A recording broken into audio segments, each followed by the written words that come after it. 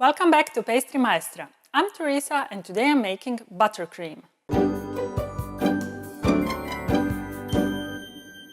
I'll be totally honest with you. If God forbid butter disappears from this planet, my career and my profession will be over. Simple as that. Butter is the king, always was and always will be. So let me tell you a thing or two about this miraculous ingredient. Butter is really old, meaning thousands and thousands of years old. Naturally, nobody can tell exactly how and when it was invented, but many historians agree that it probably happened by accident. Somebody tied a sheepskin bag of milk to his horse, and after a whole day of riding, inside was a fabulous surprise, a lump of butter. What happened? Well, the milk was churning all day, causing the fat and the water to separate, and voila, butter was born. Amazingly, this same method is used today. In Syria, a farmer would skin the goat, tie the hide tightly, then fill it with milk and shake. Now, a few words about what we know for sure. For example, in ancient Rome, butter was a cough medicine. In India, Lord Krishna would be offered with tins full of ghee, luscious, clarified butter some 3,000 years ago. Generally speaking, butter was more popular in regions with moderate and cold climate, probably because it melts at room temperature. In fact, butter was so valued, for example in Norway, that the king demanded from his subjects a full bucket every year as a tax. Not only that, and this literally blew my mind, in 15th century, it was forbidden for Christians to eat any animal products, including butter, of course, while fasting. Remember, at that time, fasting days were Wednesdays, Fridays, Saturdays, and all during Lent, the 40-day period leading up to Easter. Almost half of the year. Now, on the surface, it doesn't look like a big deal, but this rule, some historians claim, is a foundation of Protestantism. Can you believe that? So, what happened? In Rome, where the headquarters of the church were, people were eating a lot of fish and olive oil, and also they had no cows, meaning no butter. So to them, it was not a problem to obey the church rules. However, in Germany or France, cow milk and all its byproducts like cheese, cream and butter were fundamentals of the diet for local population. And that, historians say, made a monk by the name of Martin Luther really angry. But there was something else even worse. For well-connected royalty and other wealthy faithful, the church was known to grant reprieves or dispensations on the butter ban. In some cases, entire regions were granted permission to eat butter, but only in exchange for an ongoing spiritual tax. A special collection box was placed in French parishes to collect butter money, which may have been used to fund the construction of new towers for big cathedrals like those in Rouen and Bourges, known to locals as the Tour de Beurre or Butter Tower. Isn't this mind-blowing? However, the worst offense, according to Luther, was that some clergymen were traveling around Germany selling indulgences for the sin of eating butter on fast days to anyone who could pay. Anyway, in medieval Saxony, now central Germany, Prince Elector Ernst and his brother Duke Albrecht decided to change this rule, so they wrote to the Pope. It took them 5 popes to have their pleas answered. Finally, in 1490, Pope Innocent VIII sent them a response known as the Butter Letter, which granted the use of butter for their baked goods without having to pay a fine, but only for their household. The Pope was clever and put a condition in the letter stating that others could also use butter for cooking, but whenever butter was used, a donation had to be made. So, like it was mentioned before, a monk named Martin Luther was really angry because of this, and the rest is, as they say, history. I don't know about that, but this whole story is amazing, do you agree? And especially when you know that today we take butter for granted. Now, butter went through some good and some bad times. It was being offered to gods, it was the method of payment, but it was also labeled as an arch-enemy of the cardiovascular system, only to be exonerated lately as healthy and rich in vitamins A and D, good fatty acids and whatnot. Boom! Brain melt. Anyway, today butter is again a good guy. So we have many different varieties of this goodie. Regular salted and unsalted butter, grass-fed butter, cultured butter, clarified butter, also known as ghee, goat and sheep butter, etc., etc. And the circle is now closed. We are in the pastry universe again, and the subject of this video is buttercream, widely popular and immensely useful mixture without whom many amazing desserts would not be invented. Now, that would be a shame, right? FYI, you will find many names for buttercream, so don't get confused. Some will say buttercream icing, others will use the term buttercream frosting, but you will find recipes with buttercream filling also. Confusing? Not so much. Actually, it's quite simple. Buttercream is a multi-purpose element of the art of pastry that can be used inside of a cake as a filling, but also outside for coating, icing or decorating the cake. The most important ingredient is, of course, good quality butter. However, there are bakers out there who use other types of fat, like margarine instead of butter. Let's just say that it's a bit odd to use the name buttercream for something that doesn't contain butter at all, isn't it? Yes, there is an advantage of using margarine. Since it has a higher melting point, it is easier to cream it, and it won't melt at room temperature in warm climates like butter does. But for me personally, it's butter or nothing. Okay, it's time to make some buttercream or buttercreams. In fact, 4 of them. So let's get busy. As usual, the recipes are on my site. The link is down below.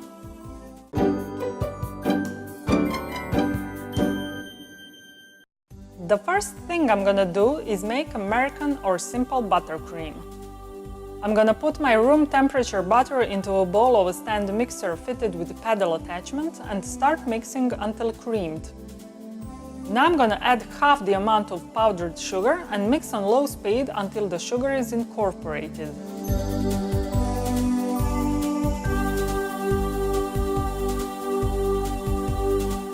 At that point, I'm gonna add remaining powdered sugar and continue beating until nice and creamy. When my butter and sugar mixture becomes smooth, it is possible to add a couple of tablespoons of milk to make buttercream softer, however, that is optional. You can flavor your buttercream with melted chocolate, lemon curd, jams, various extracts or nut pastes. American buttercream is the easiest to make, and you can use it as a filling for cakes, as topping for cupcakes. You can color it and decorate cakes and cupcakes, etc., etc. To make French buttercream, the first thing I'm gonna do is make pâte à bombe, which is a mixture of whipped egg yolks and cooked sugar syrup. I'm gonna place egg yolks into a bowl of a stand mixer fitted with whisk attachment and start mixing on medium speed. I'll put sugar and water enough to cover the sugar into a saucepan and put the lid on.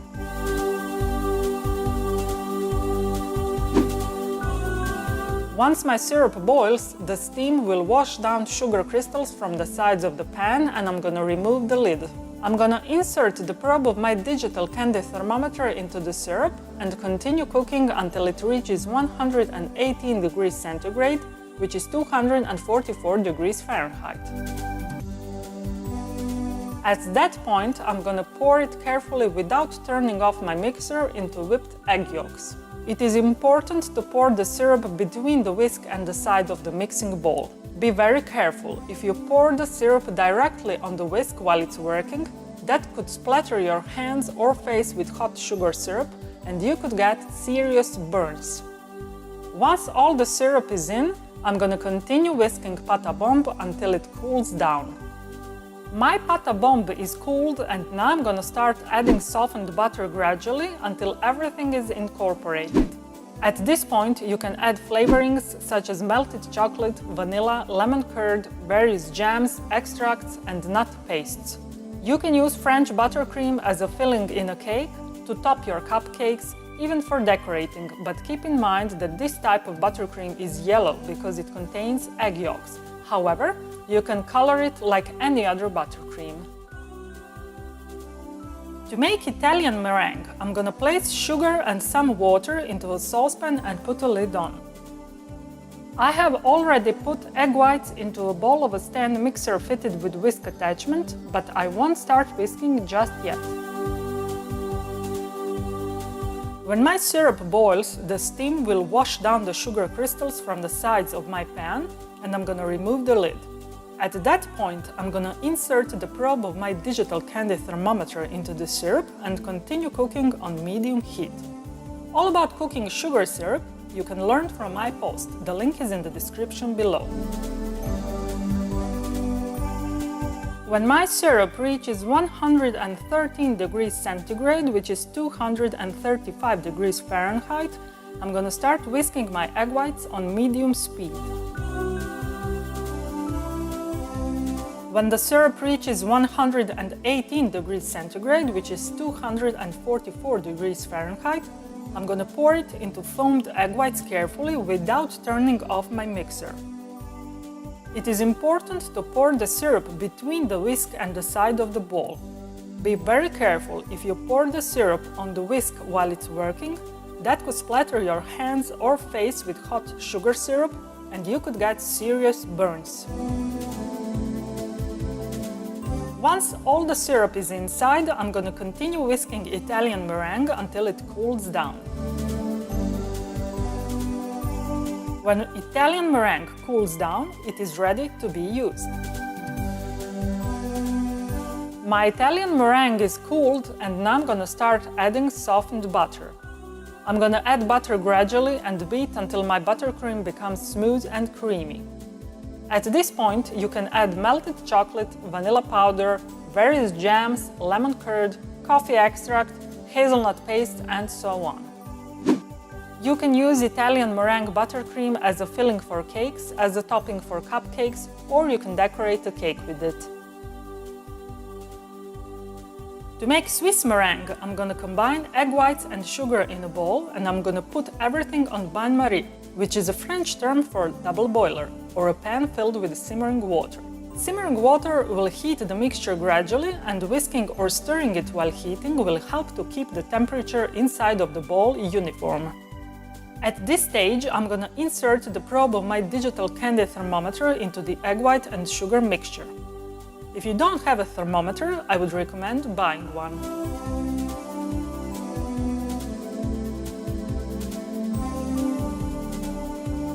I'm gonna whisk my egg whites with sugar on bain-marie until the mixture reaches 70 degrees centigrade, which is 158 degrees Fahrenheit. And at that point, all the sugar crystals should be dissolved.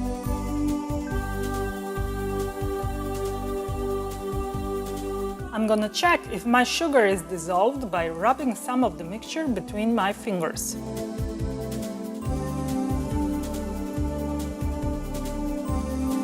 I've transferred the hot mixture into a bowl of my stand mixer fitted with whisk attachment, and I'm gonna whisk on medium speed until meringue cools down.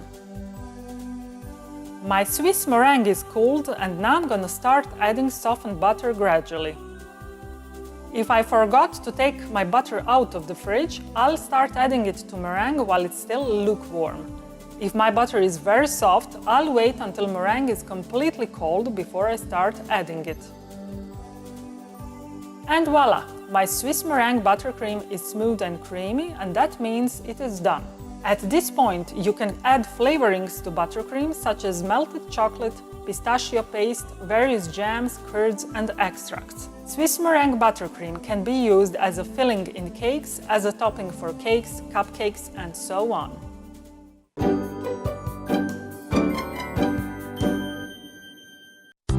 Oh baby, you are so sweet, so delicious and yummy, so good to eat. I wanna lick you, feel your sweetness on my lips. Forever and ever, you'll stay on my hips. I'm Teresa. Thanks for watching my video. I hope you liked it. If you want to stay in touch, follow me on Facebook, Twitter and Instagram, and of course, visit my site, where you can find elaborate posts with lots of pictures, additional information and recipes that follow my every video. Also, on my site you can download my free 365 pages ebook The Pastry Chef and maybe buy me a macaron if you think that I've earned it. Now, before you go, please hit the like button and subscribe to my YouTube channel. That really helps a lot. Finally, and this is the most important thing, don't forget to create sweetness every day, because sweetness is happiness. See you in my next video. Bye!